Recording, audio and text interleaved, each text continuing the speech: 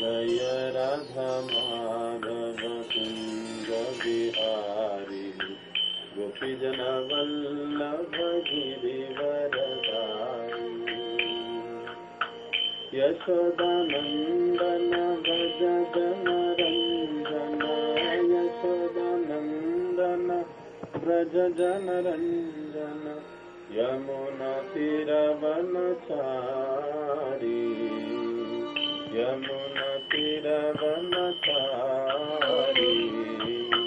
जय राधा माधव कुंज बिहारी गोपीजन वल्लभ गिरिवरधारी जय राधा माधव कुंज बिहारी गोपीजन वल्लभ गिरिवरधारी यशोदानंदन व्रज जनरंजन यशोदानंदन व्रज जनरंजन यमुना तीरवनचारी यमुना तीरवनचारी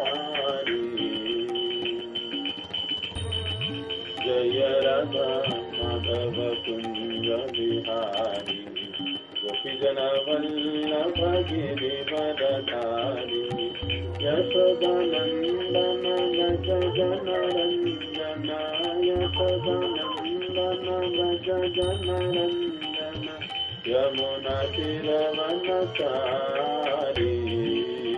यमुना तीरवनचारी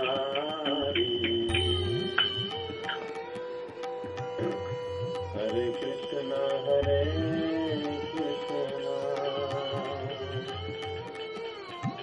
कृष्ण कृष्ण हरे हरे हरे राम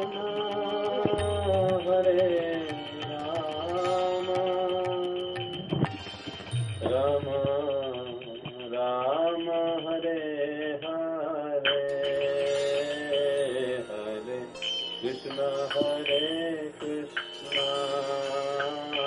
कृष्ण कृष्ण हरे हरे हरे राम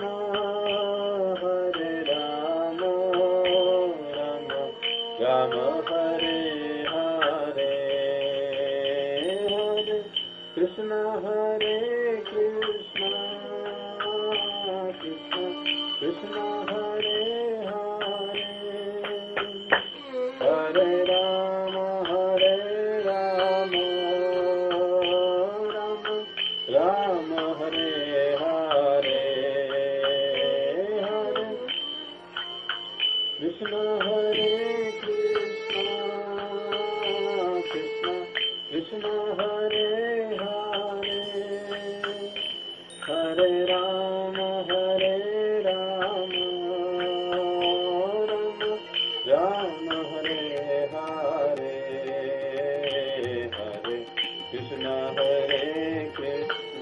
कृष्ण कृष्ण कृष्ण हरे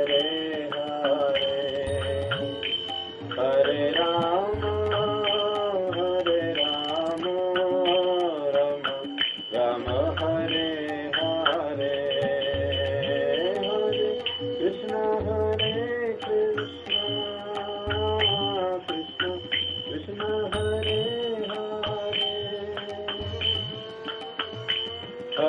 राम राम हरे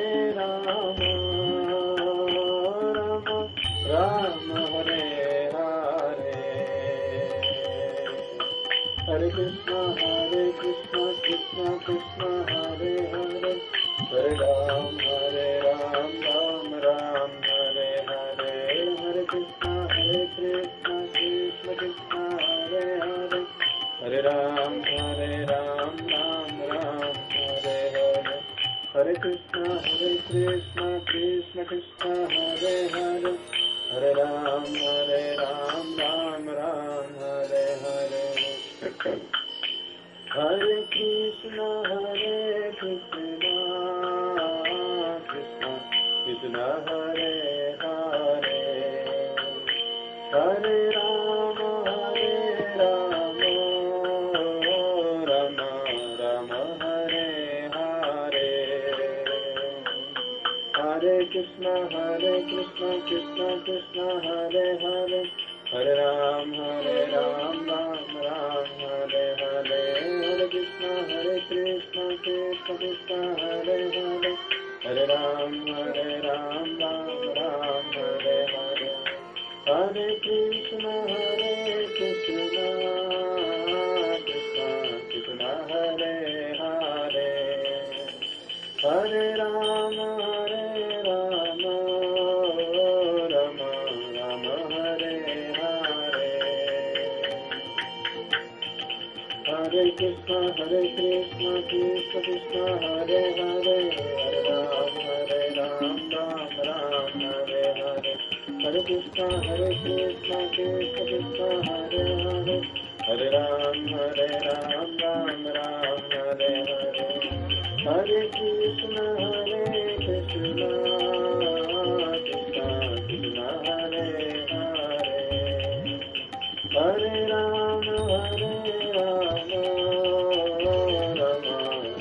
हरे हरे, जय राधा कुंज बिहारी राधा कुंज बिहारी राधे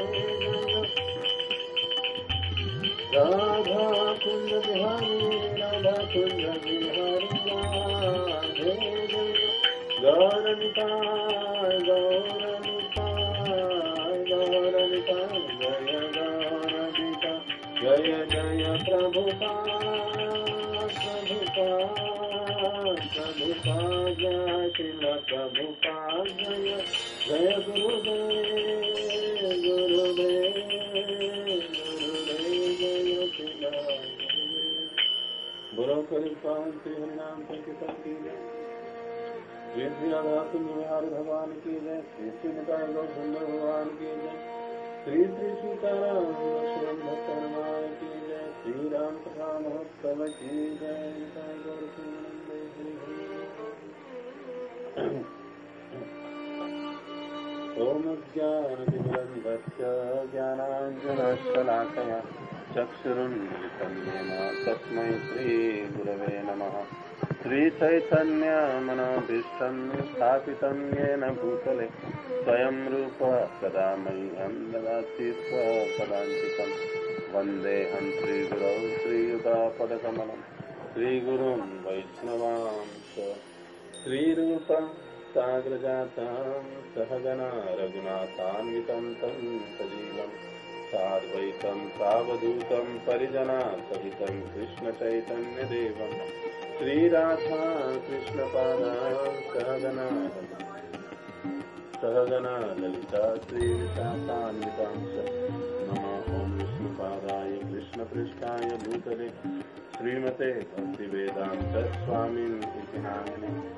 नमस्ते सारस्वते देवे गौरवाणी प्रचारिणे निर्विशेष शून्यवादी पाश्चात्यदेशतारिणे।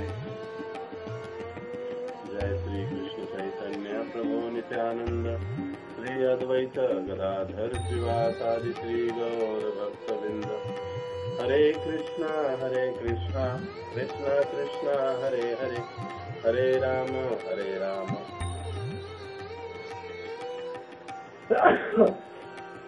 राम राम हरे हरे।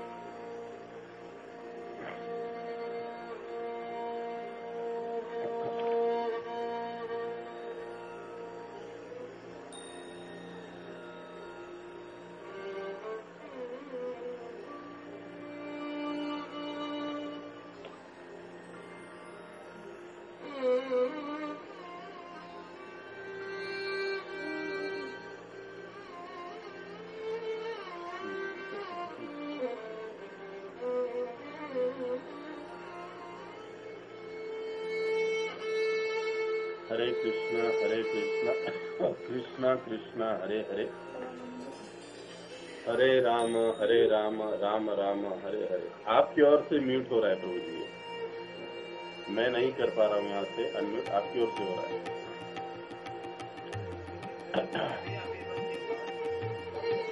ओके।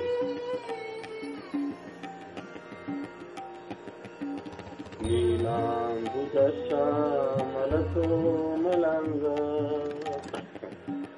नीलाम्बुजश्यामलकोमलाङ्ग सीता समारोपितवामभागम् सीता समारोपितवामभागम्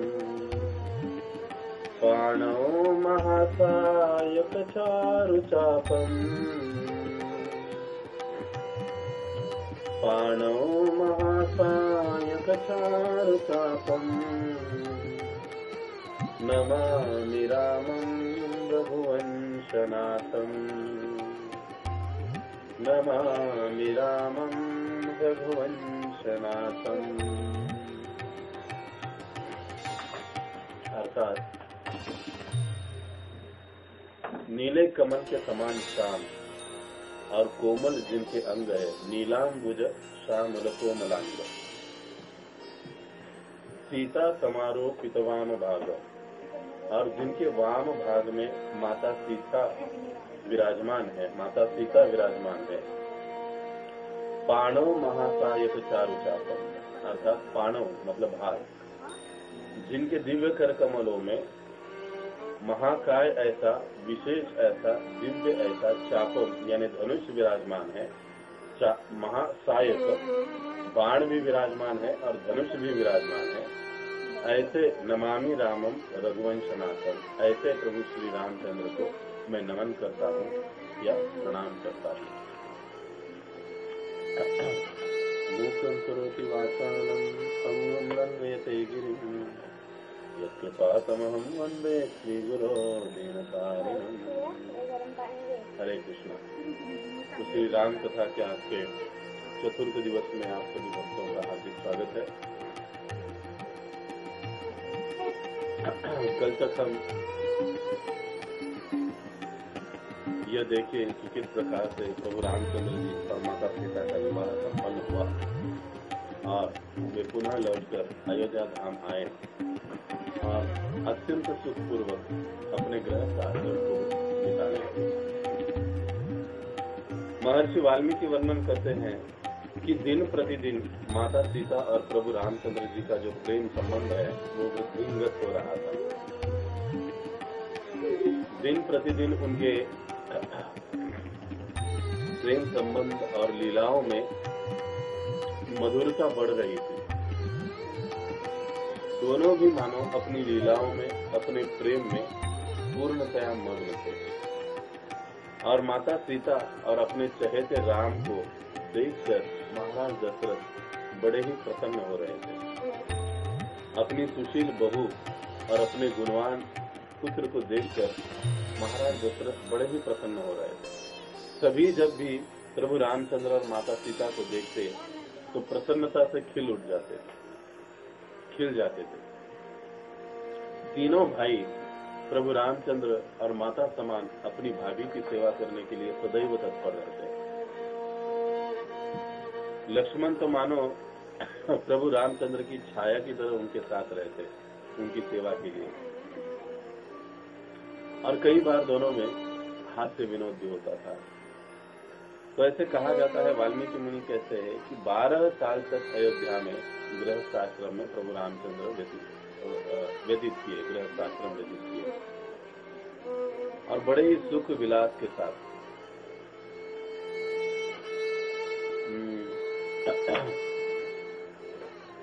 तुलसीदास जी कहते हैं कि जब से ब्याहे रघुवर घर आई, जब से ब्याह करके रघुवर यानी प्रभु रामचंद्र अपने घर आए तो मानो समस्त तीनों लोगों की संपत्ति, ऐश्वर्य, सुख, ये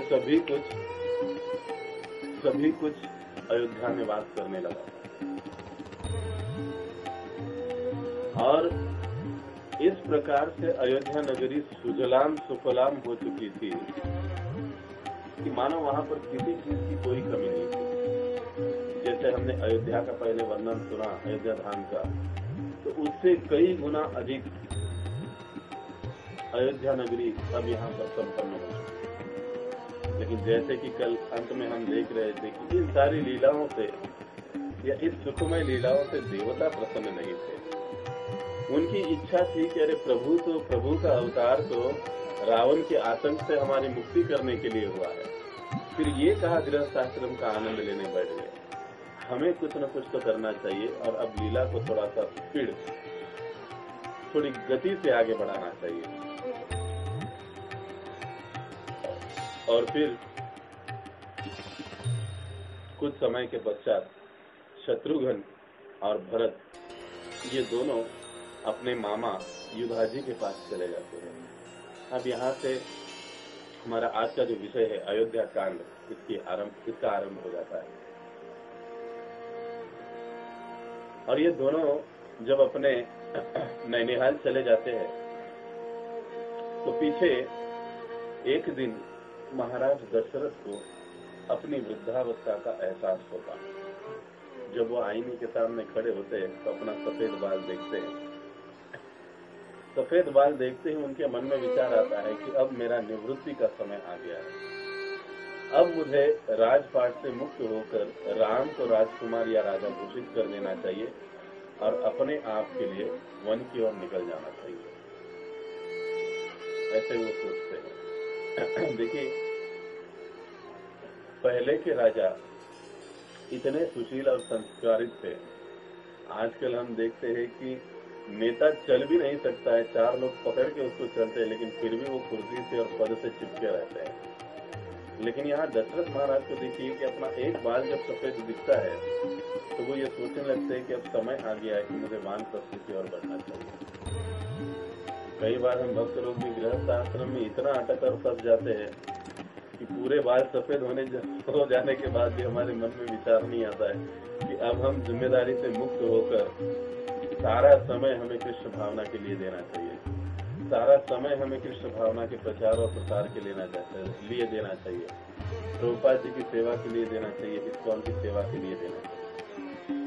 कई जगह हम लोग देखते हैं कि जिम्मेदारी खत्म हो चुकी है, सब कुछ ठीक ठाक है भगवान की कृपा से, लेकिन फिर भी मन नहीं होता है पूर्ण समय भगवान की ओर देने का, आत्म साक्षात्कार की ओर गति से बढ़ने के लिए। क्योंकि जब तक हम घर को छोड़ेंगे नहीं, विरक्त होते नहीं है, हम वानप्रस्थ की ओर बढ़ते नहीं है, तब तक हम आगे की प्रगति कैसे करेंगे। हालांकि प्रभुपाद जी कहते हैं कि अगर व्यक्ति साधक पक्का है तो गृहस्थ आश्रम में रहकर भी वो भगवत प्राप्ति कर सकता है। लेकिन फिर भी उम्र के एक पड़ाव पर जिम्मेदारियों से मुक्त होकर अपना अधिक से अधिक समय भगवत सेवा के लिए लगाना, ये साधक का एक महत्वपूर्ण कर्तव्य है। एक शिष्य का ये कर्तव्य है कि उसे अब बचा हुआ समय, जबकि वो अपने जिम्मेदारी से लगभग मुक्त हो चुका है, तो गुरु की सेवा के लिए, प्रभुपाद जी की सेवा के लिए उसे लगा दे। यहाँ पर बड़ा ही सुंदर विचार करते हैं। देखिए, एक प्रवचन में मैं सुन रहा था कि बाल जब सफेद होते हैं ना, सबसे पहले कान के पास के बाल सफेद होते हैं, जैसे आप मेरे भी देख रहे होंगे। तो यहाँ पे बाल सफेद होने का, कान के पास के ही बाल पहले क्यों सफेद होते हैं? वहां पर प्रवचन में वो प्रवचनकार बता रहे थे कि अब ये प्रकृति के द्वारा ये जीव को समझाया जा रहा है कि अब एक स्थान पर बैठकर तुम्हें कानों से श्रवण करने का समय आ गया है। कानों से श्रवण करने का समय अब आ गया है, इसलिए एक स्थान पर बैठकर श्रवण करो। तो जब दशरथ महाराज इस प्रकार से सोचते हैं तो वो अपने मंत्रियों से विचार विमर्श करना आरंभ करते हैं। सुमंत्र को बुलाते हैं, उनसे विचार विनिमय करते हैं कि कहते हैं कि देखो, अब मुझे ऐसे लगता है कि जो रामचंद्र है उनका राज्याभिषेक करने का समय आ गया। क्षमा कीजिए, मुझसे लास्ट कल गलती हुई थी। जब विवाह हुआ तब प्रभु रामचंद्र जी का जो उम्र था वो लगभग 14 साल था, 14 से 15 साल था। और अब जब राज्याभिषेक का समय आ गया है तब प्रभु रामचंद्र जी का जो उम्र है वो अब 27 साल के है।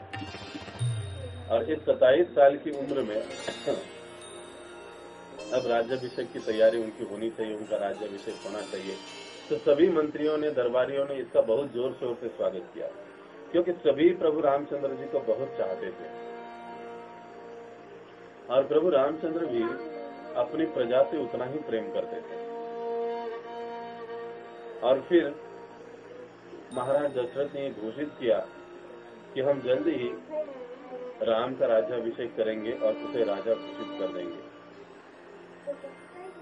देखते ही देखते ये समाचार माता कौशल्या के पास पहुंच गया।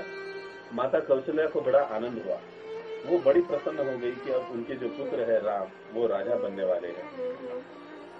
और ये सारी तैयारी करने के आदेश देकर महाराज दशरथ अल्प विश्राम के लिए अपने कक्ष में चले गए। लेकिन कक्ष में जाते जाते उनको कुछ अशुभ चिन्ह या अशुभ घटनाएं उनको दिखने लगी। उनकी आंखें फड़फड़ाने लगी, बाई जो बाह है वो फड़फड़ाने लगी, ऐसे कहा जाता है। और उनके मन में बड़े ही गलत विचार, बुरे विचार आने लगे। तो उन्होंने पुनः प्रभु रामचंद्र जी को बुलावा भेजा और कहा कि राज्याभिषेक मुहूर्त के समय से नहीं बल्कि तुरंत कल ही होगा, तो आप सभी राज्याभिषेक की तैयारी करो। सुमंत्र को भी बोला और सुमंत्र को भी कहा कि मुझे कुछ ठीक नहीं लग रहा है, मुझे बड़े ही अशुभ चिन्ह दिखाई दे रहे हैं, मेरे मन में बड़ी घबराहट हो रही है, ऐसे लगता है कि कुछ अशुभ घटने वाला है मेरे साथ। तो ऐसा कुछ हो इसके पहले ही मैं अपने पुत्र, मेरे प्राण प्रिय राम का राज्याभिषेक देखना चाहता हूँ, तो तुरंत कल ही इसकी तैयारी कर दीजिए। और देखते ही देखते सारी प्रजा और मंत्री नगर सजाने में और ये भगवान श्री रामचंद्र जी का राज्याभिषेक की तैयारी में लग गए। अब ये जो तैयारी है, सारे नगर में तैयारी चल रही है। कोई नगरवासी रास्ते में रास्तों को साफ कर रहे हैं, कोई साफ की रास्तों पर सुगंधित जल, गोमूत्र छिड़क रहे हैं, सुगंधित जल छिड़क रहे हैं, कोई फूलों की वर्षा कर रहे, रास्तों पर फूल की पंखुड़ियों को बिछा रहे हैं। और फिर कई सारे लोग हैं जो फूलों की मालाएं बना रहे हैं अपने घरों पर लगाने के लिए। कई सारे प्रजाजन हैं वो बड़ी बड़ी पताकाएं बना रहे हैं अपने घरों पर, चौराहों पर लगाने के लिए। इस प्रकार से बहुत ही जोरों शोरों से ये तैयारी पूरे नगर में, महल में चल रही थी। अब ये सारी तैयारी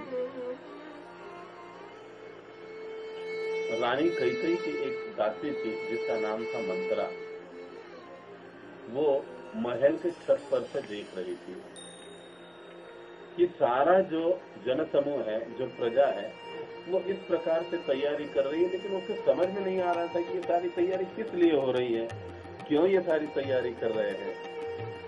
तब उसने कई दासियों को पूछने का प्रयास किया, लेकिन सारे व्यस्त होने के कारण कोई ठीक से जवाब नहीं दे रहा था। आखिर में उन्होंने अपने हाथ के डंडे को पटक कर एक दासी को पकड़ लिया और पूछा कि अरे तुम मुझे क्यों नहीं बता रही हो कि ये किसकी तैयारी चल रही है, ये क्यों इतनी तैयारी हो रही है। तब वो दासी कहती, अरे मंदभागी, क्या तुझे पता नहीं, अभी तक तुझे समाचार नहीं मिला कि हमारे प्रिय राम का राज्याभिषेक होने वाला है कल। जैसे ही ये समाचार मंत्रा ने सुना, उसका ईर्ष्यालु हृदय मानो चीर गया। उसको बड़ा अजब लगा कि अरे राम का राज्याभिषेक और मुझे पता नहीं, इसका मतलब मेरी जो रानी है कैकेयी को भी पता नहीं। अगर कैकेयी को पता होता तो वो मुझे बुलाकर सबसे पहले बता देती। तो अब यहाँ पर जो मंथरा है, दौड़े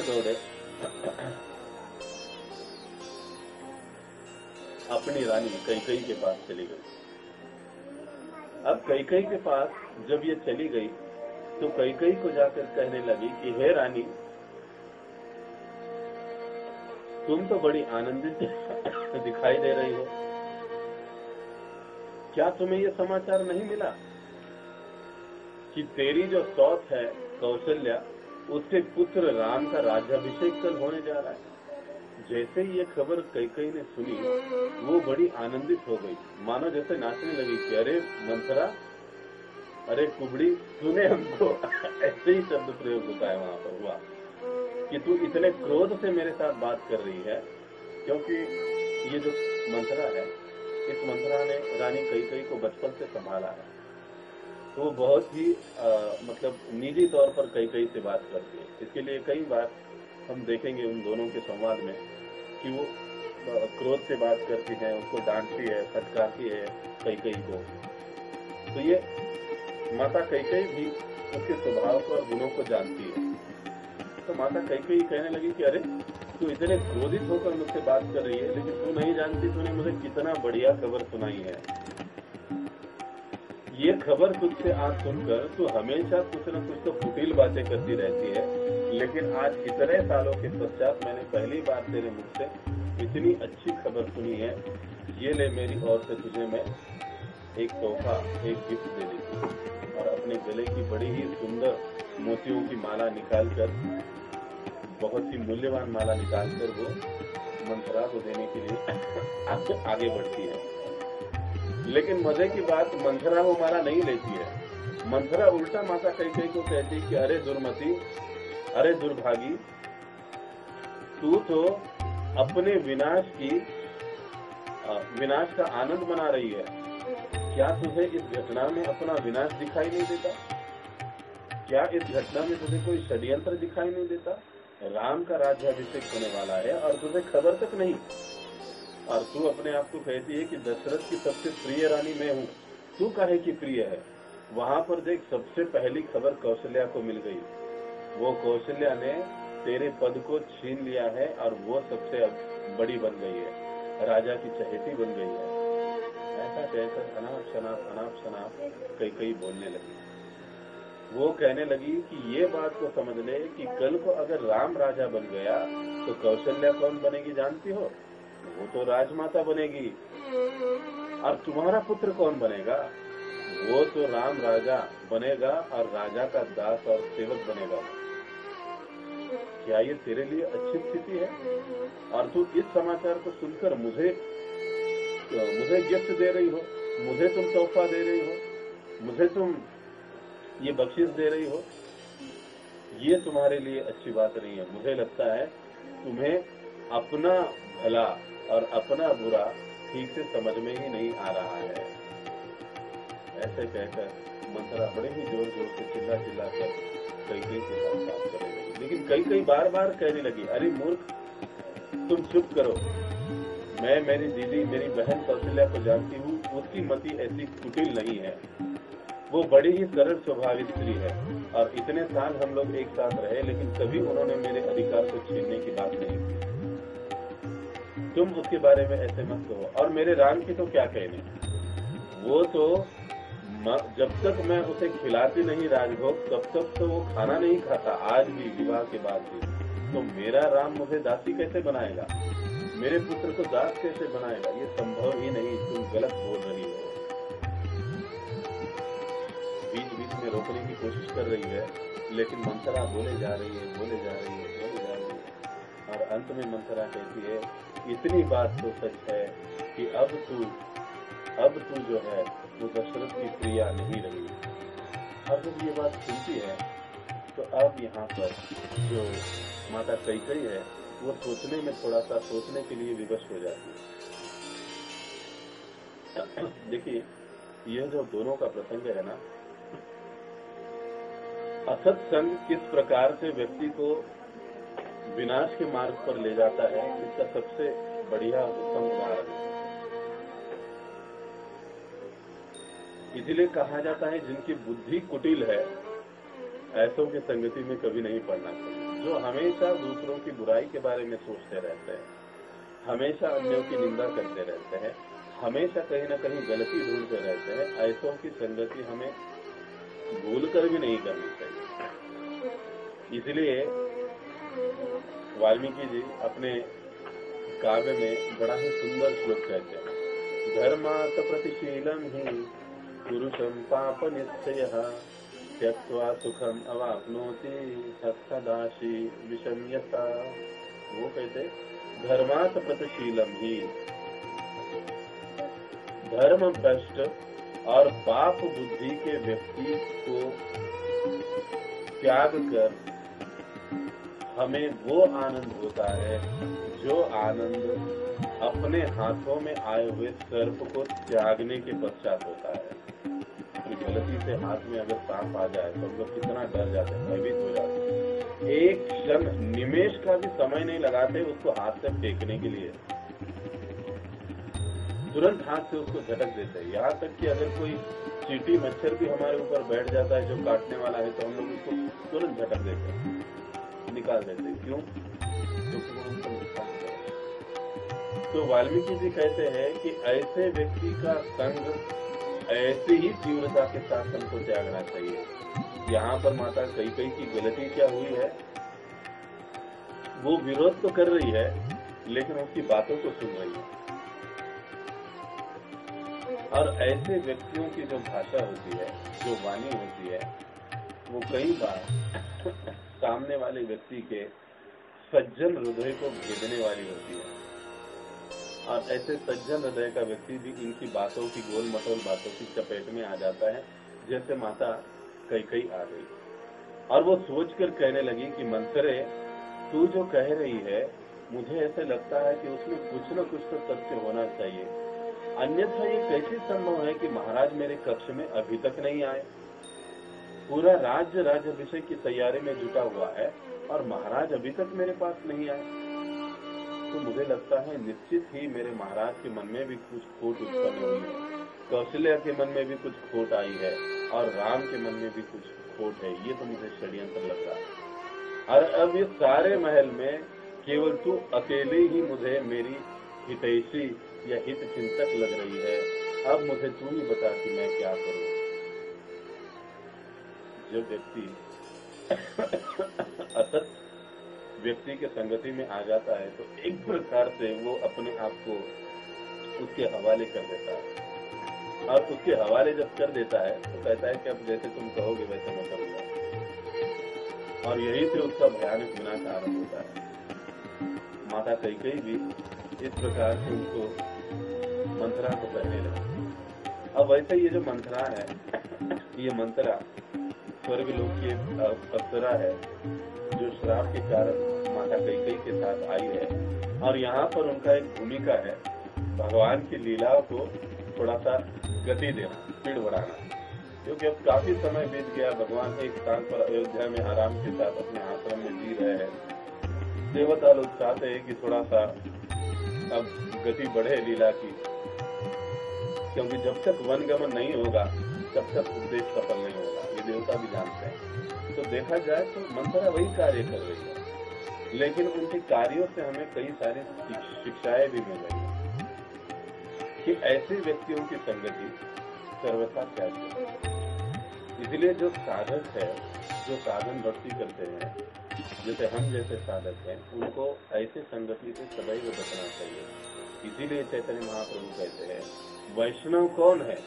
ये प्रश्न जब दूसरे साल में जगन्नाथपुरी में रामचंद्र खान द्वारा महाप्रभु को पूछा गया तो महाप्रभु ने तुरंत जवाब दिया कि असत संग त्याग यही वैष्णव आचार। जिसने असत संग को त्यागा है वो वास्तविकता में वैष्णव है। नहीं तो थोड़ा सत्संग में भी आएंगे, थोड़े शराबी के साथ भी रहेंगे, थोड़ा जुआरी के साथ भी रहेंगे। तो जब ऐसे होगा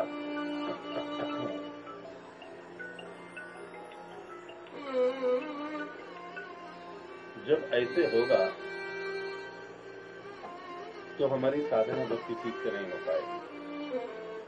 हम आध्यात्मिक जीवन में तीव्रता से आगे नहीं बढ़ पाएंगे। इसलिए ऐसे संगति से हमें दूर रहना चाहिए।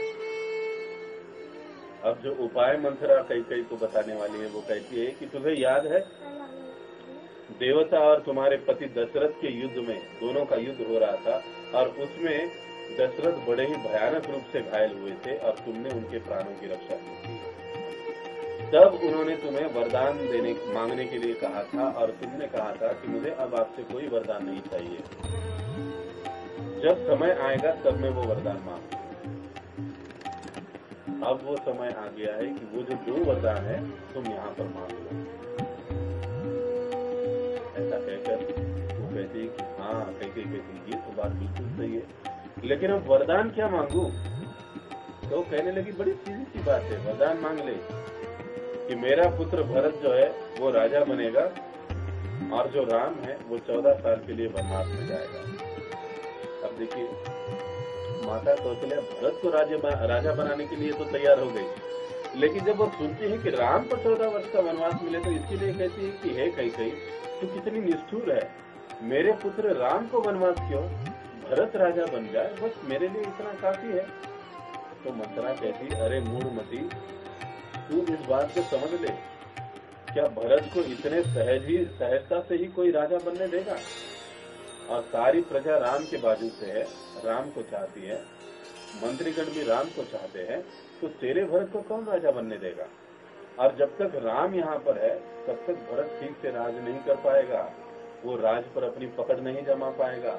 इसके लिए 14 साल उसको अयोध्या से बाहर भेज दे, ताकि इस 14 साल में भरत अपना राज्य पक्का कर सकेगा, पकड़ बना सकेगा अपने राज्य पर। जब ये सुना तो कई कहने लगी कि हे मंथरे, तेरा दिमाग तो कितना कुटिल और कितना सुंदर तरीके से लगता है, ऐसे लगता है कि दुनिया का सारा ज्ञान तेरे पीठ पर जो कुबड़ है उस कुबड़ में भरा पड़ा है।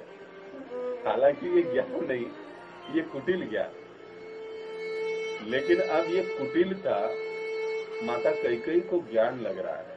वास्तविकता में ये ज्ञान नहीं है, लेकिन उनको ये ज्ञान लग रहा है। जब असत संग या गलत लोगों की संगति में हम लोग रहते हैं ना, तो हम लोगों को गलत चीजें भी अच्छी और सही लगने लगती है। इसलिए असत संग को सर्वथा त्यागना चाहिए। तो अब ये बात सुना तो उसने कहा, लेकिन यहाँ तक तो बात ठीक है, मैं समझ गई, लेकिन अब दशरथ महाराज के सामने मैं कैसे जाऊँ? तो कहीं चिंता मत करो, महाराज को बुलावा भेज लो, महाराज को बुलावा भेजो, महाराज को बुलाओ, महाराज तुम्हारे कक्ष में आएंगे, तब तुमको भवन में चली जाना। अपने सारे गहने वस्त्र उतार दो, काले वस्त्र पहन दो, अपने केश खुले छोड़ दो और जाकर खूब भवन में बैठ दो, जमीन पर लेट लो और वहीं पर तुम सब कुछ बात करना। याद रखना, राजा तुमको मनाने की बहुत कोशिश करेंगे, लेकिन ये 2 वरदान तुमको छोड़ने नहीं है। इसके बदले में चाहे वो अपना जान भी, प्राण भी तुम्हें दे दे, फिर भी तुम्हें वो नहीं लेना है। तुमको केवल ये 2 वरदान ही लेना है।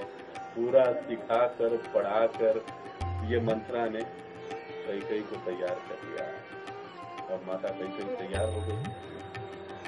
और अब यहाँ पर जो कि महाराज दशरथ अल्प विश्राम के लिए अपने कक्ष में गए थे, वहां से तुरंत बाहर आ गए और सीधे कैकेयी के महल की ओर बढ़ने लगे। मंत्रा वहां से निकल चुकी थी। तुरंत जैसे मंत्रा ने बताया, उन्होंने सारे वस्त्र निकाले और कोप भवन में जाकर बैठ गए। अब ये कोप भवन यानी ऐसा भवन होता था, उस समय की ये व्यवस्था थी वैदिक जीवन की, कि घर में अगर कोई रूठे तो वो जाकर उस कोप भवन होता था, एक अलग रूम, अलग खोली होती थी, अलग रूम, वहां पर जाकर वो बैठ जाता था। अगर कोई वहां पर चला जाए, मैसेज मिल जाए, तो फिर घर के सदस्य समझ जाते थे कि ये क्रोधित है, इनको बड़ा गुस्सा आ गया है, ये कुपित है, कुछ तो गड़बड़ हुई है, और फिर उनको मनाने के लिए वहां पर जाया जाता था उस रूम में। क्योंकि कई बार पति पत्नी में भी मतभेद होते थे, तो ऐसे अलग से वो जाकर पति या पत्नी को भवन में जाकर बैठ जाते थे। ज्यादातर पति नहीं, लेकिन पत्नियां जाकर को भवन में बैठा करती थी।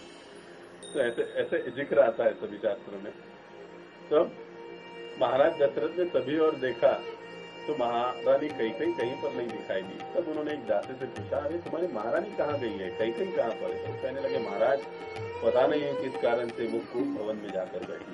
सही महाराज दशरथ ने इस बात को सुना और बड़े आश्चर्य से वो भवन, और फिर वो कोप भवन में चले गए।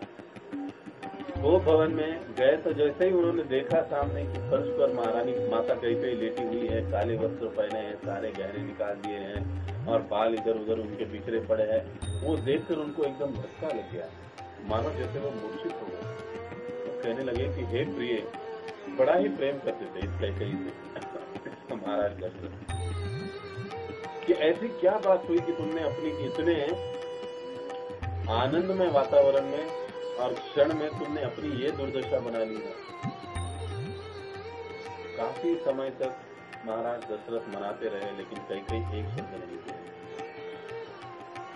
अंत में महाराज दशरथ कहते कि बताओ, तुमको किसी ने कुछ कहा, किसी ने तुम्हारा अपमान किया? नहीं।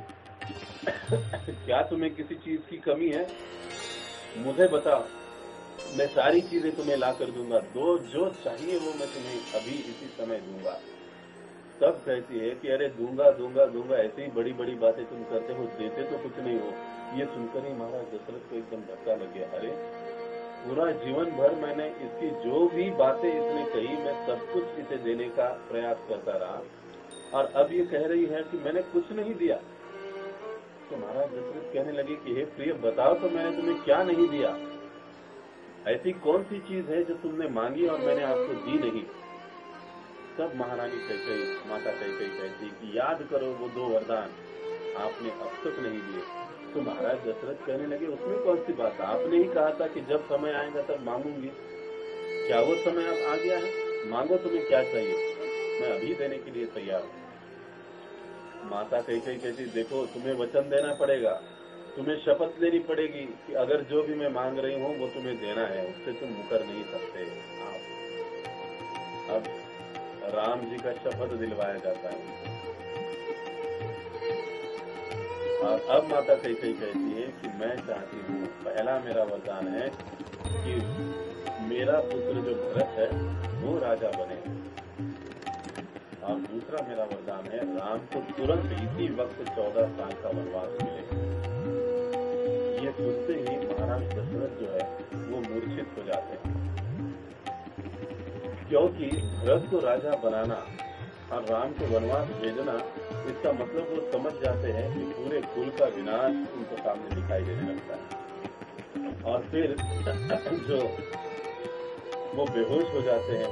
कुछ समय के बाद माता जो कैकेयी है उनको पुनः जागृत करती है, उठाती है, फिर बेहोश हो जाते हैं सुनकर, और फिर वो उन्हें उठाती है। ऐसा कुछ समय तक चलता रहता है। और फिर माता कैकेयी कहती, देखो मैंने पहले ही कहा था कि अगर तुम नहीं दे सकते तो तुम वचन ही क्यों दे रहे हो, क्योंकि मैं जानती हूँ तुम इसका पालन नहीं कर सकते। ये जब कैकेयी ने कहा तो महाराज दशरथ जो है वो बड़े ही दुखी हुए, और दुखी होकर वो कहने लगे, नैषा हि शास्त्री शास्त्री भवति श्लाघनीयेन धीमता उभयो लोको लोके पश्चाया संप्रदायते। वो कहने लगी, नैषा हि शास्त्री, ऐसी स्त्री जो अपने पति को विनती करने के लिए या हाथ जोड़ने के लिए बाध्य कर देती है, जिसके पति का दोनों लोकों में आदर है, यानी इहलोक में भी और परलोक में भी, और उसके पति को लोग हाथ जोड़ते हैं, प्रणाम करते हैं। और ऐसे पति को जो स्त्री हाथ जोड़ने में और विनती करने के लिए बाध्य करती है, ऐसी स्त्री वो कहते हैं वो कुलीन नहीं है या कुलवान नहीं है। लेकिन मुझे तो लगता है तुम तो कुलवान हो, लेकिन फिर भी तुम ऐसी हरकत कर रही हो, वो कहती है।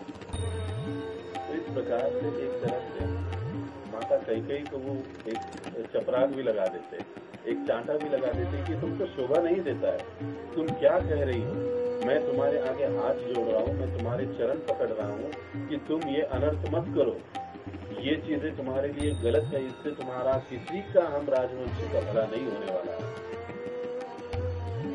इसलिए शास्त्रों में कहा जाता है कि कई बार स्त्री हट और बाल हट बड़ा ही विनाशकारी होता है।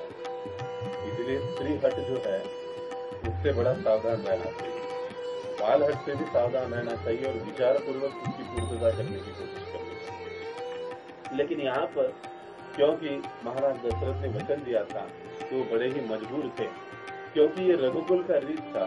जैसे प्रसिद्ध वचन हम लोग सुनते हैं, रघुकुल रीत सदा चली आई, प्राण जाई पर वचन न जाई।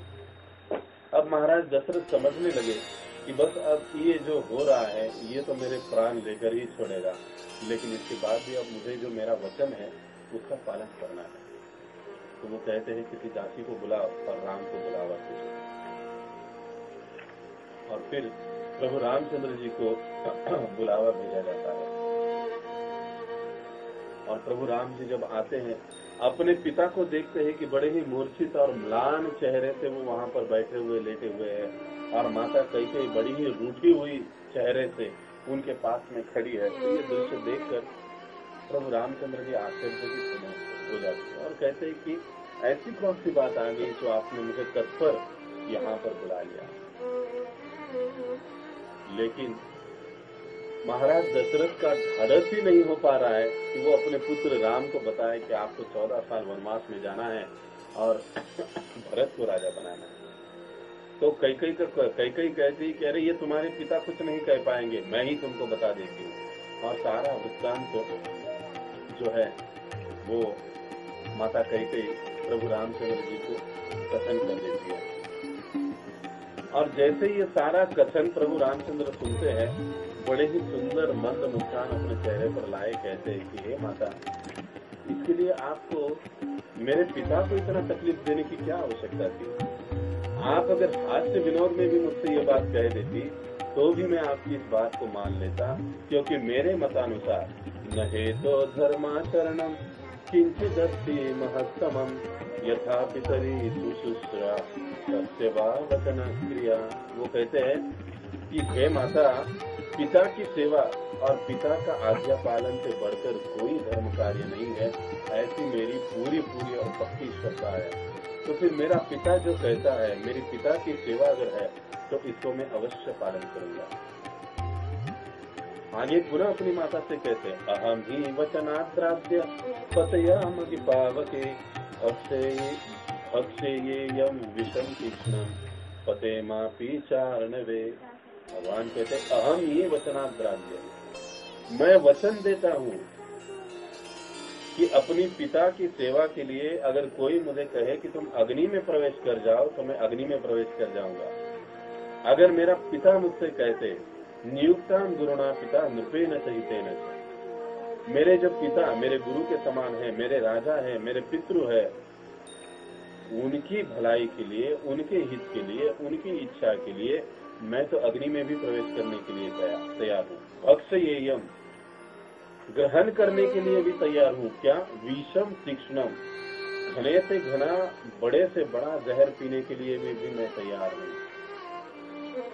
अगर कोई मुझे किसी पर्वत से कूदने के लिए कहे तो वहां से भी मैं कूदने के लिए तैयार हूँ।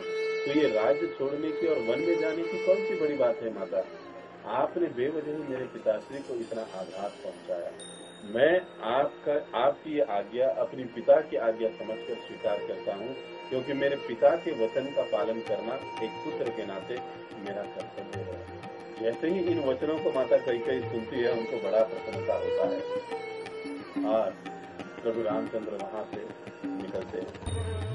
लेकिन अब यहाँ पर वाल्मीकि रामायण में एक प्रसंग और भी आता है कि प्रभु रामचंद्र को बुलावा भेजकर जब लाया जाता है माता कैकेयी के भवन में, वहां पर उस समय मंत्री सुमंत्र भी प्रभु रामचंद्र जी के साथ में आते हैं। और कैकेयी के सारा कथन सुनने के बाद सुमंत्र कैकेयी की बड़ी प्रताड़ना करते हैं, और वो भी वैसे मतलब सुनने योग्य है कि व्यक्तियों का या विशेष रूप से स्त्रियों को या माताओं का व्यवहार कैसे होना चाहिए। बड़े ही सुंदरता से वे बताते हैं, बातें बड़ी मीठी है लेकिन संदेश बड़ा ही गहरा है। उसमें वो कहते हैं, अभिजात्यं हिते मन्ये यथा मातु तवैव च नहि निम्बास्त्रवेद्राक्षं लोको निगदितं वचः। वो कहते हैं कि हे महारानी, मैं ये जानता हूँ कि तुम एक अत्यंत कुलीन स्त्री हो, लेकिन तुम अपनी माता के जैसी ही दुष्ट हो। ये एक अन्य कथा है कि माता कैकेयी की जो माँ है, उनकी माँ ही खुद उनके पिता की कारण बनी, मृत्यु के कारण बनी। ये अलग कथा है, इस समय हम उसको चर्चा करेंगे। इसीलिए उसका जिक्र करते हुए वो कह रहे हैं कि तुम्हारी जो माता है उसी की तरह तुम भी बड़ी दुष्ट हो, कि तुम वो भी जिस प्रकार से अपने पति की मृत्यु का कारण बनी, वैसे ही मुझे लगता है तुम्हारे हाथों भी कार्य होने वाला है। क्योंकि नहीं निम्बा त्रवे, नीम के वृक्ष पर कभी भी मधु, नीम के वृक्ष से कभी भी मधु नहीं निकल सकता। ये वचन सत्य ही है जो मैंने शास्त्रों में सुना है। क्योंकि तुम्हारी माता ऐसी थी, इसके लिए तुम्हारा व्यवहार भी ऐसे हो रहा है। देखो कितने कड़े शब्दों में मंत्री सुमंत्र ने महारानी कैकेयी को डांटा है। ये जो मंत्री सुमंत्र है, ये केवल मंत्री नहीं है, ये रघुकुल के एक बहुत ही आप्त और नजदीकी पात्र रहे हैं प्रभु रामचंद्र के लिए। प्रभु राम भी इनको अपने पिता के समान मानते हैं, सुमंत्र को, और पूरे मतलब रघुकुल में इनका बड़ा ही मान सम्मान है। तो उनको वो अधिकार था इस प्रकार से बोलने का, तो उन्होंने बोल दिया। लेकिन इतना बोलने के बाद भी कैकेयी पर उसका कोई असर नहीं हुआ। जब व्यक्ति बुरी संगति में आ जाता है, पथ पर निकल जाता है, तब ऐसे होता है कई बार कितना भी उसको समझाओ वो समझता नहीं है, या वो समझना चाहता नहीं। अब जब व्यक्ति समझना नहीं चाहता है, तब ऐसे व्यक्ति को समझाना बेवकूफी है। तब रामचंद्र समझ जाते हैं कि अब माता कैकेयी पर किसी वचनों का कोई परिणाम नहीं होने वाला। वो तुरंत वहां से निकल पड़ते हैं अपनी माता कौशल्या को ये खबर देने के लिए। अब माता कौशल्या को जब ये खबर मिलती है तो ये सुनकर तो वो बेहोशी हो जाती है। वो कहती है कि हाय, मैं कितनी अभागी हूँ कि एक अकेला जो मेरा पुत्र है, जो अब कल राजा बनने वाला है, लेकिन अब उसे तुरंत वन की ओर निकल जाना है। वो भी बड़ा विलास करने लगती है और वो कहती है कि अब मैं आपके साथ वन में आना चाहती हूँ, मैं यहाँ पर नहीं रहूंगी, क्योंकि मेरा यहाँ पर अब कोई नहीं है। क्योंकि मैं देख रही हूँ मेरे जो पति है वो तो कैकेयी की सब कुछ सुन रहे हैं। हे पुत्र, तुम्हारा एक आश्रय मुझे था, अब तुम भी यहाँ से चले जाओगे तो मेरी यहाँ पर बड़ी दुर्गति होगी। तब प्रभु रामचंद्र जी पत्नी धर्म का एक बड़ा ही सुंदर उपदेश अपनी माता को देते हैं कि एक पत्नी को कैसे अपना धर्म निभाना चाहिए। पतिर्हि देवता नार्य, पति बंधु पति गुरु, पतिरपि प्राणे प्रिय, तस्माद् भर्तृ कार्य विशेषतः। वो कहते हैं कि पति ही देवता, पत्नी के लिए उसका पति ही देवता है, उसका पति ही भाई है और उसका पति ही गुरु है। ऐसे पति की किसी इच्छा को पूर्ति करने के लिए प्राणेर अपि, प्राण देकर भी उसे उसकी इच्छा को पूर्ति करने के लिए तैयार होना चाहिए। हे माते, कैसे भी क्यों ना हो, वे महाराज यानी मेरे पिता आपके पति है, आपका धर्म है उनकी सेवा करना। कई बार शास्त्रों में जो बातें कही जाती है, ऐसे कई बार लगता है माताओं को भी ये होता है कि सारी चीजें बातें माताओं को ही क्यों बताई जाती है। लेकिन जितनी माताओं को है उतनी पिताओं को भी यानी पुरुषों को भी बताई जाती है, वो निर्विवाद बात है। तो इस प्रकार से महाराज माता कौशल्या को, अपनी माँ को प्रभु रामचंद्र समझाते हैं। पुनः वो कहते पति शुश्रूषणा नार्य तपो नाग्यो अधीयते। अरे एक पत्नी के लिए पति की सेवा से बड़ा कोई तप हो ही नहीं सकता। क्या कहते हैं, एक पत्नी के लिए पति की सेवा से बड़ा कोई तप, कोई जप हो ही नहीं सकता। इसलिए हे माते, तुम्हारा धर्म है कि मेरी अनुपस्थिति में अब तुम अपने पति की सेवा करो, तुम मेरे साथ नहीं आ सकती। देखते ही देखते ये खबर लक्ष्मण तक पहुंच जाती है और लक्ष्मण जी दौड़े दौड़े माता कौशल्या के कक्ष में, जहाँ पर राम जी भी है, वहां पर चले आते हैं।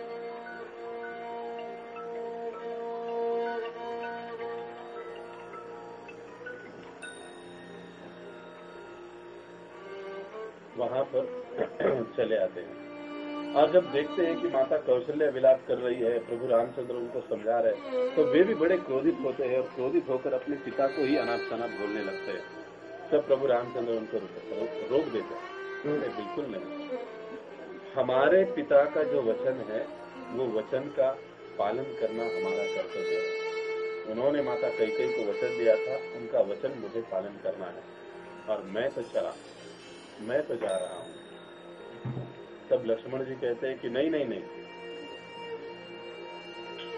आप नहीं जा सकते, आप चाहो तो मुझे आज्ञा दे दो, अभी मैं युद्ध करूंगा, महाराज दशरथ को परास्त करूंगा, आपको राजा घोषित करूंगा। बहुत सी बातें करते हैं लक्ष्मण जी, उनका स्वभाव है, क्रोधित होते हैं वो बहुत जल्दी, उनका वो स्वभाव है।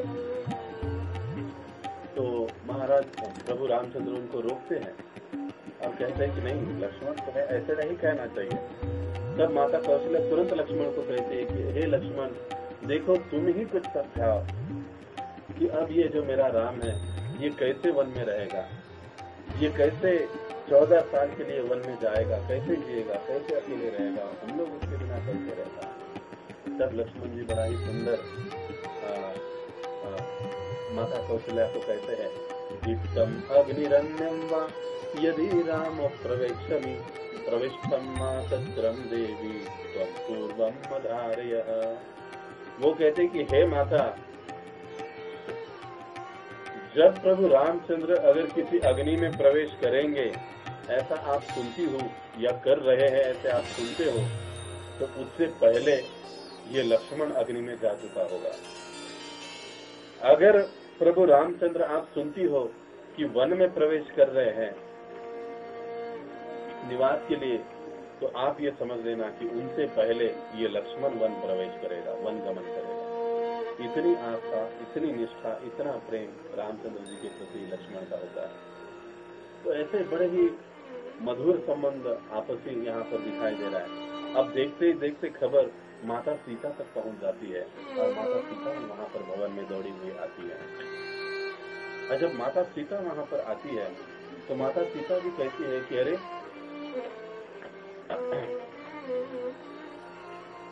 मैंने ये सुना कि हम वन में जा रहे हैं। प्रभु रामचंद्र कहते हम नहीं, वन गमन केवल मुझे हुआ है।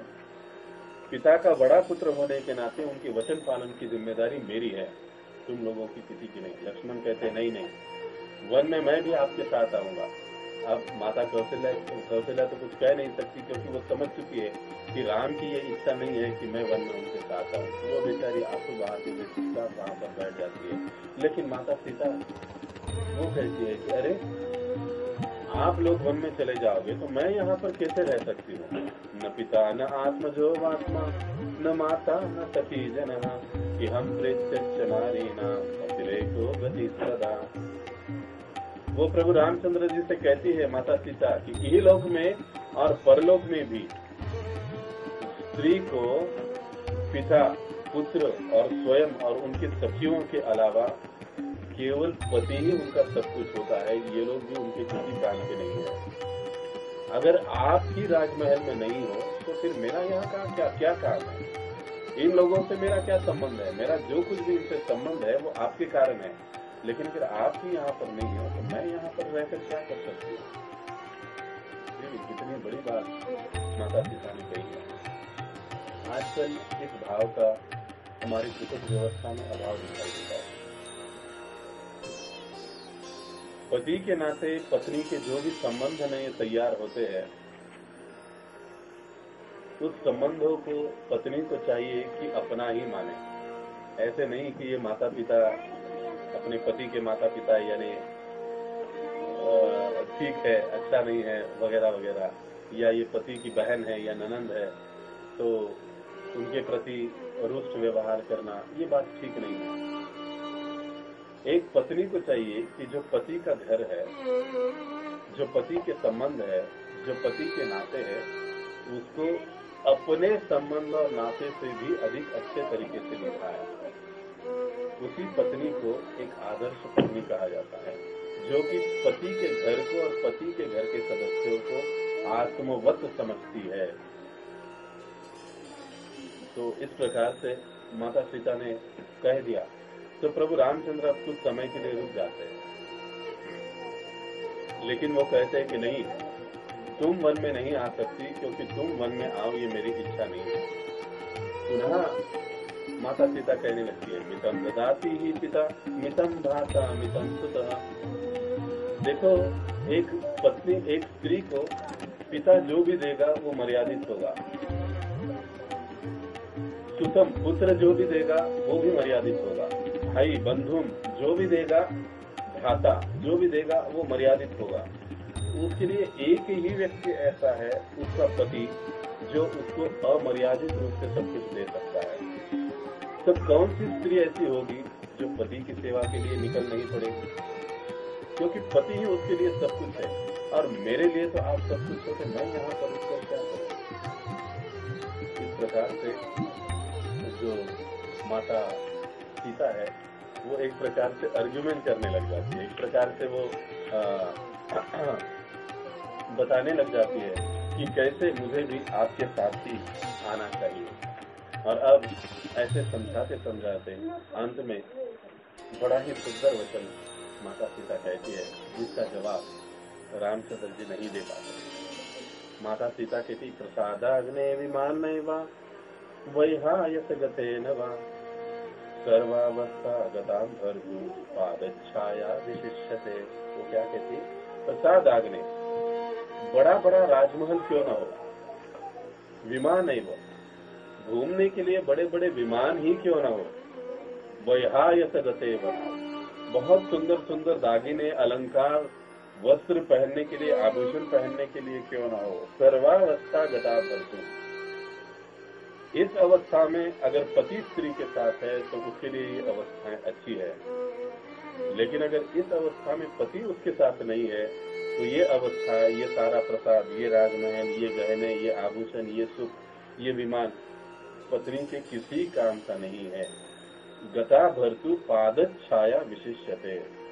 पत्नी का धर्म है, पति जहाँ पर भी है वो उसकी छाया बनकर वहीं पर रहे, चाहे वो कुटिया में रहे, चाहे वो राजमहल में रहे, लेकिन पत्नी को चाहिए कि उसकी छाया बनकर वो कुछ समय वहां पर रहे। तो हे प्रभु, अब मैं भी आपके साथ आने के लिए तैयार हूँ, क्योंकि मैं तो आपकी छाया हूँ, मैं आपके साथ आऊंगी। और ऐसा कहकर माता सीता भी निकलने के लिए तैयार हो जाती। लेकिन अब प्रभु रामचंद्र कहते हैं कि हे लक्ष्मण, तुम्हें मैं आज्ञा नहीं दे सकता हूँ, या तुम्हें मैं ये नहीं कह सकता हूँ कि तुम मेरे साथ चलो। ये निर्णय तो तुम्हारी माता, मेरी माता सुमित्रा करेगी, उनसे जाकर पूछ लो। और प्रभु रामचंद्र, क्षमा करें, लक्ष्मण जी अपनी माता सुमित्रा के पास जाते हैं। देखिए, सुमित्रा भी जो है वो भी इतनी आदर्श माता है कि अपने पुत्र को देखिए किस प्रकार से वो शिक्षा या संदेश देती है। रामम दशरथम विद्धि माम विद्धि जनकात्मजाम अयोध्यामतिवाम विद्धि लक्ष्यतात यथा सुखम। वो कहती कि हे तात, हे पुत्र, तुम सुख के साथ वन में चले जाओ, और जब वन में जा रहे हो तो रामम दशरथम विद्धि, राम को दशरथ मानो, माँ जनकात्मजम, और जो जानकी है, जो माता सीता है ना, उसको तुम मेरे समान, आत्मजाम मेरे समान यानी सुमित्रा समझो। राम को दशरथ, जानकी को सुमित्रा समझो। अयोध्या मटिवी विद्धि, जो वन है उसको तुम अयोध्या मानो, और सुख पूर्वक राम के साथ वन के लिए निकल जाओ। देखिए माता कितनी आदर्श है। भगवान की सेवा के लिए अपने पुत्रों को, अपने पति को, अपने संबंधियों को हमेशा हमें उत्साह देना चाहिए। ये हम माता सुमित्रा से सीखते हैं। अगर कोई भगवत सेवा में, भगवत कार्य के लिए आगे बढ़ रहा है तो हमें उससे प्रोत्साहन देकर उसे आगे ले जाने की कोशिश करनी चाहिए। यहाँ पर हम सुमित्रा जी के चरित्र में, माता सुमित्रा जी के चरित्र में इस बात को हम देखते हैं। और अब ये तीनों तैयार होकर वन की ओर चले जाते हैं। देखते देखते ये सारी जो खबर है, ये सारी खबर अयोध्या में पहुंच जाती है कि कैकेयी के द्वारा इतना बड़ा कांड हो चुका है। राम राजा नहीं बनेंगे, बल्कि उनको तो वनवास मिल चुका है, और भरत राजा बनेंगे। तो सारे अयोध्या में शोक मग्न वातावरण हो जाता है, सारी अयोध्या शोक मग्न होती है। यहाँ पर प्रभु रामचंद्र, माता सीता और लक्ष्मण जी वन के वेश में अपने पिता और माता कैकेयी से आज्ञा लेने के लिए आते हैं और आज्ञा लेकर निकल पड़ते हैं। महाराज दशरथ सुमंत्र को उनके साथ भेजते हैं, रथ में उनके साथ भेजते हैं। बीच में कई सारा संवाद तो होता है, लेकिन समय अभाव है, हम उतना सब विस्तार से सारे संवाद नहीं कह सकते हैं। लेकिन उन संवादों में एक अलग ही आनंद है, रुचि है, कई सारी शिक्षाएं हमको जीवन जीने के लिए मिल जाती है। और कई इसलिए शास्त्रों का अध्ययन हम जितने गहराई से करते हैं ना, हमारा जीवन जीने का जो नजरिया है वही पूरी तरह से बदल जाता है। इसलिए शास्त्रों में श्रद्धा और शास्त्रों का अध्ययन ये बहुत महत्वपूर्ण बात है साधना भक्ति के लिए, साधक भक्ति के लिए। जितने गहराई से हम उसको अध्ययन करते हैं, उसको पढ़ते हैं, अपने मन को उसमें लगाते हैं, या अपने आचार्यों के द्वारा दिए गए हम वचनों को, प्रवचनों को सुनते हैं एकाग्र चित्त से, हमारा जीवन जीने का जो नजरिया है, जो तरीका है, जो हमारा दृष्टि है, वो पूर्णतया बदल जाता है। महाराज दशरथ सुमंत्र को भेजते हैं रथ के साथ, और सुमंत्र रथ में लेकर निकल पड़ते हैं। सारे अयोध्यावासी प्रभु रामचंद्र के पीछे दौड़ते हैं कि हमारे राम जा रहे हैं, हमारे राम जा रहे हैं, हमारे राम जा रहे हैं, हम उनको वापस लेकर आएंगे, हम उनको वापस लेकर आएंगे, हम उनको वापस लेकर आएंगे। पूरी अयोध्या की अयोध्या अब रथ के पीछे निकली है। ये वैसा ही दृश्य है जैसे कृष्ण बुक में हम देखते हैं कि भगवान श्री कृष्ण मथुरा में अक्रूर जी के द्वारा ले जाए जा रहे हैं, और सारे वृंदावनवासी भगवान कृष्ण के पीछे दौड़े दौड़े आ रहे हैं, अपने कान्हा को देखने के लिए, अपने कान्हा को रोकने के लिए। और इस प्रकार से सुमंत्र के साथ ये तीनों निकल पड़ते हैं। और प्रभु रामचंद्र जब देखते हैं कि प्रजा, कई सारी प्रजा उनके पीछे आ रही है, तो प्रजा को समझाने की कोशिश करते हैं कि हे प्रजाजन, देखो तुम जैसे मुझसे प्रेम करते हैं वैसे ही मेरे भरत से तुम प्रेम करना। भरत को बिल्कुल भी गलत मत समझना। भरत जो है वो बड़े ही महात्मा है, तुम उसे समझने में भूल न करना।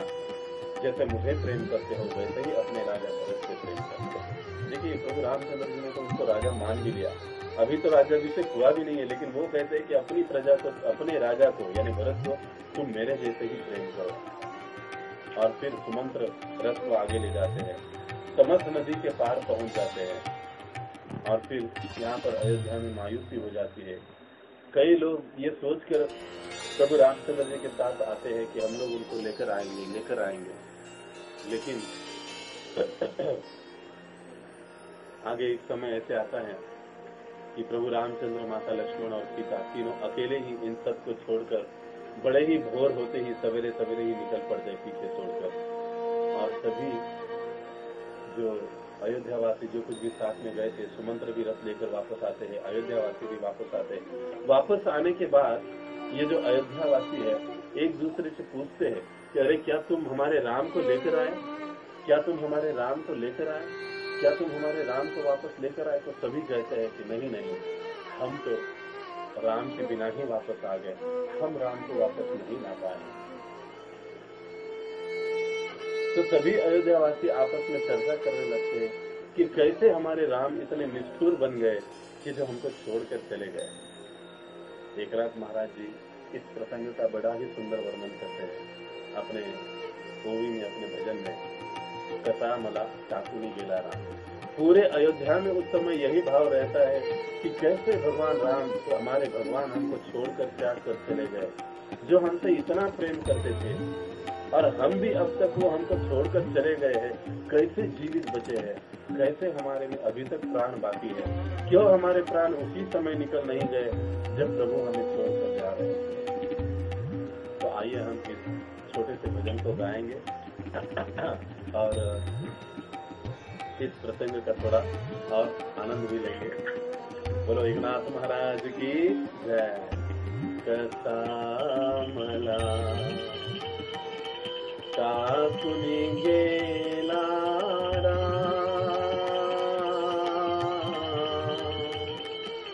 टाकुनी गेला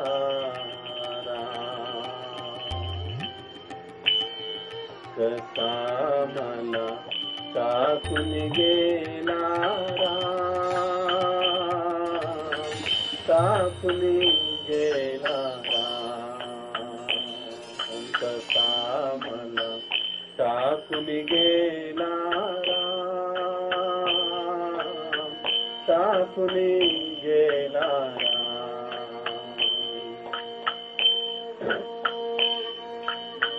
राम बिना जीव व्याकुल हो तो राम बिना जीव व्याकुल हो तो राम बिना जीव व्याकुल हो तो सुख नाही काकुनिगे राम कामला काकुनिगे काकुनिगे राम बिना मद सैन पड़े राम बिना मद सैन पड़े राम बिना मद सैन पड़े नहीं दिवासिया काकुनिगे राम कामला काकुनिगे काकुनिगे एक जनार्दन पाहुनि डोळा एक जनार्दन पाहुन डोळा करुपतु जगनता काकुनिगे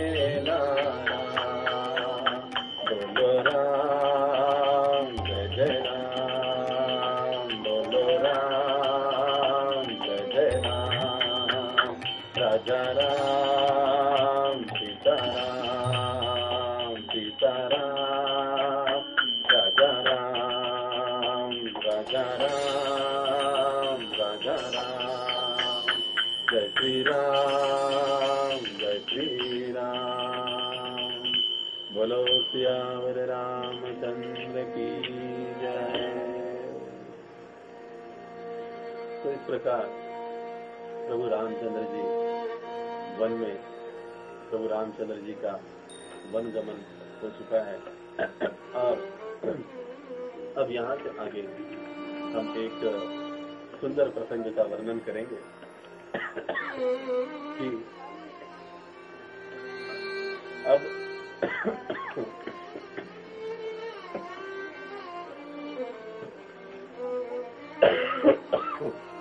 क्षमा कीजिए।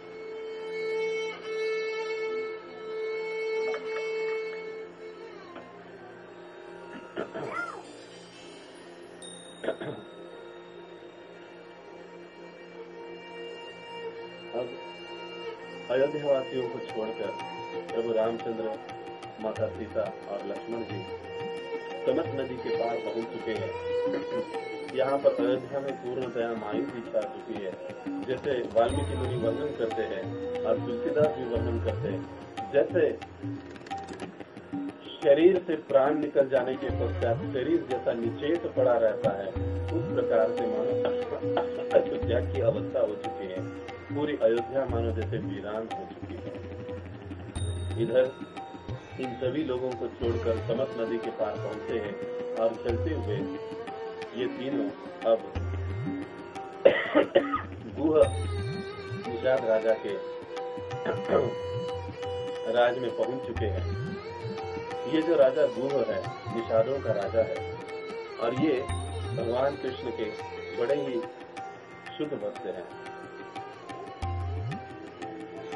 और जब उन्हें पता चलता है कि प्रभु रामचंद्र अपने पत्नी और भ्राता लक्ष्मण जी के साथ पधारे हैं तो उसे बड़ा आनंद होता है और वो अपने कुछ सेवकों को लेकर प्रभु का स्वागत करने के लिए आगे निकल पड़ते हैं और अनेक अनेक भेंट वस्तुएं वहां पर उनको अर्पित की जाती है।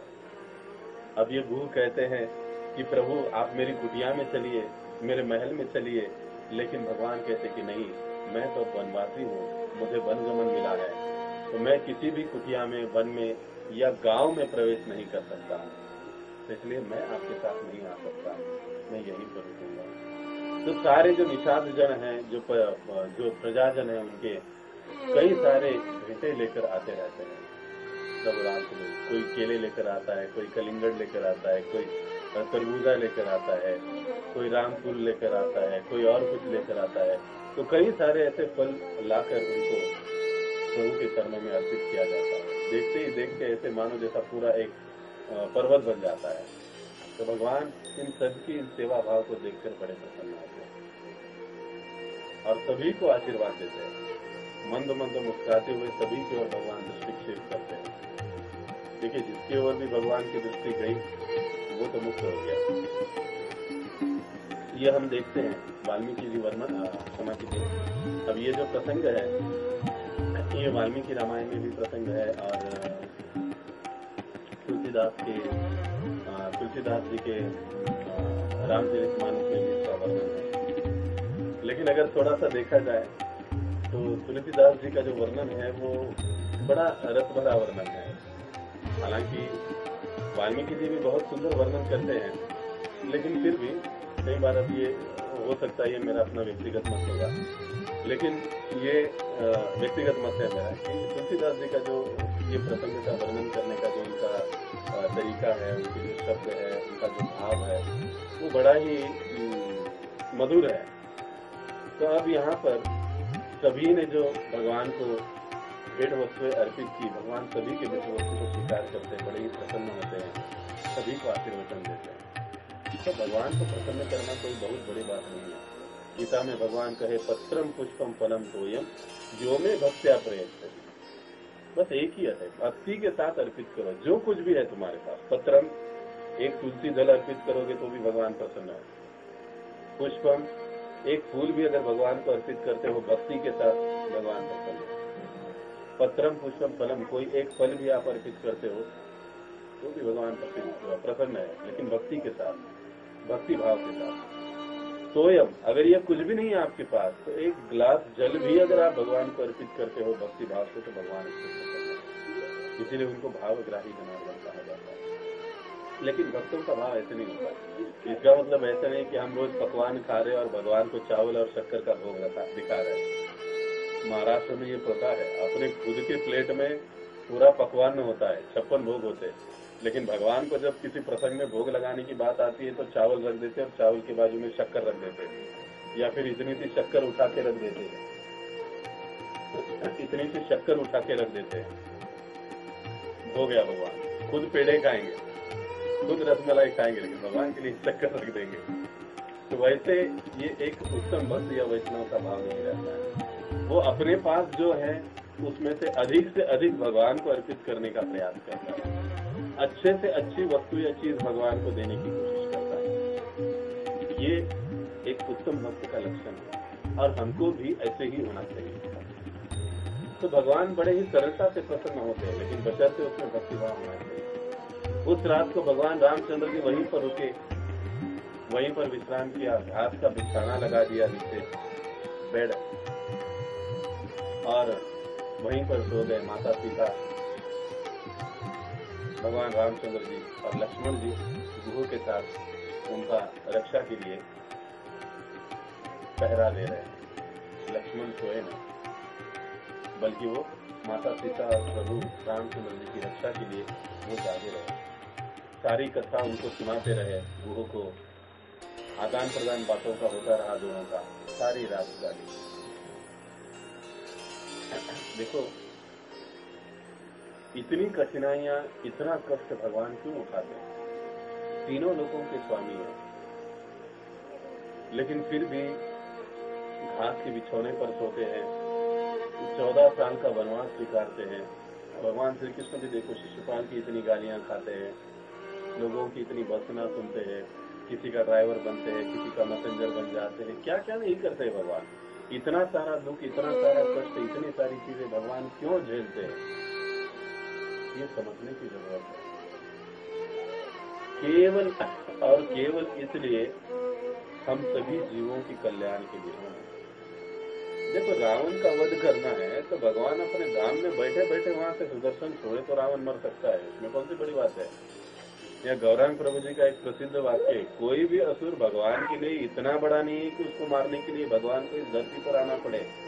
बैठे बैठे हर एक के हृदय में भगवान है, और वो हृदय कैसे कर रहा है, धक धक, प्रभु जी कहते हैं धक धक धक धक धक धक। भगवान बस इच्छा कर दे वो हार्ट बीट बंद हो जाए, वो धक धक बंद हो जाए, वो वहीं पे मर गया, कितना भी बड़ा असुर क्यों ना हो। भगवान को आने के लिए जरूरत नहीं है, लेकिन भगवान आते हैं केवल इसलिए हम समस्त जीवों के कल्याण के लिए।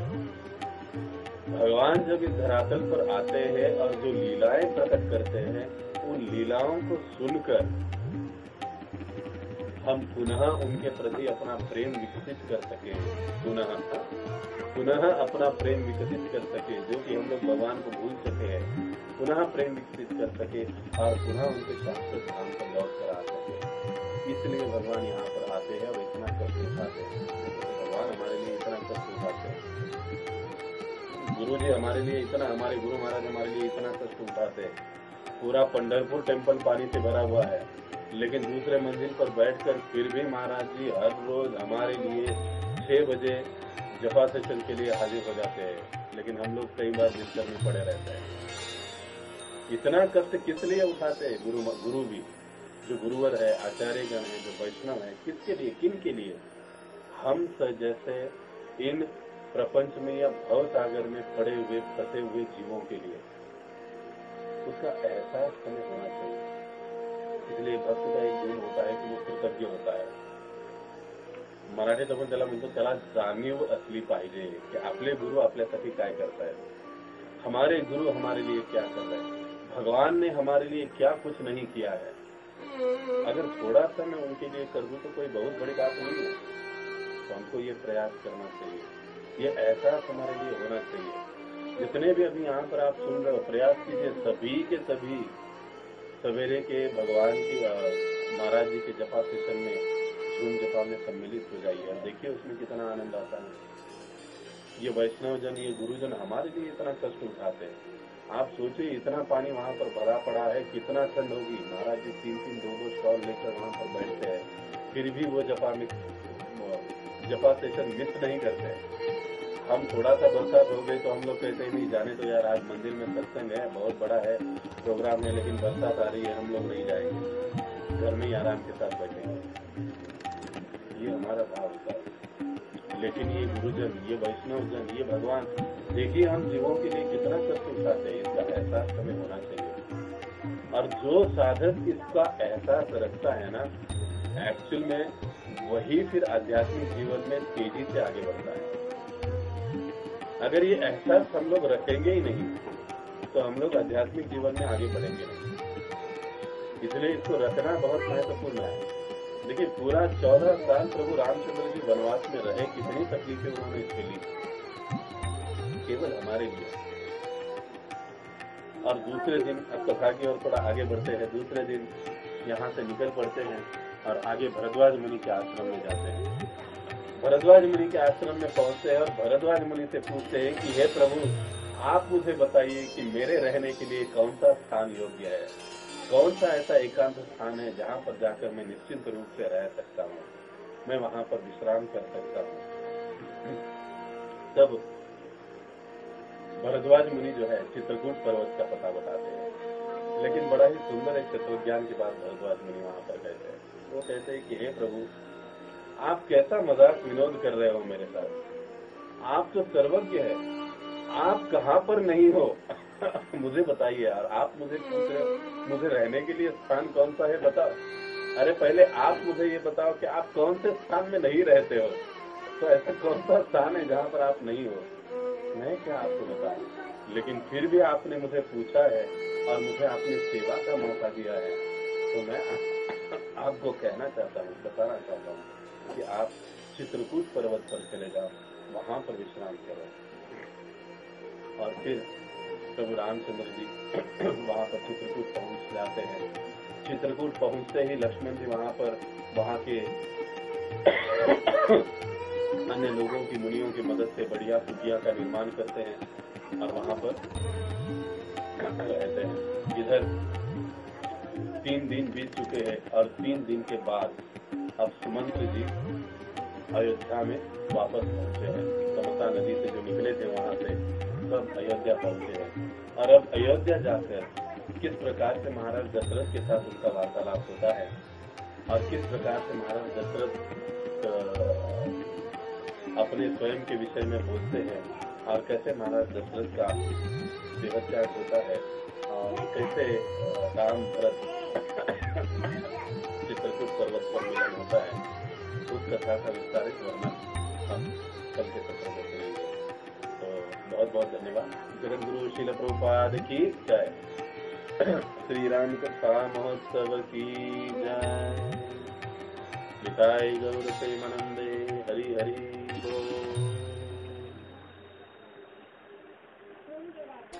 7:30 बजे मेरा दूसरा भी क्लास है, तो मुझे वहाँ पर ज्वाइन होना है, तो मैं तुरंत आपसे विदा लेना चाहता हूँ। बहुत बहुत धन्यवाद। आप सभी भक्तों को मैं हृदय से धन्यवाद देता हूँ कि आपने इतनी मात्रा में शांति से चित्त होकर आपने कथा को सुना और मुझे उत्साह प्रदान किया। बहुत बहुत धन्यवाद। हरे कृष्ण।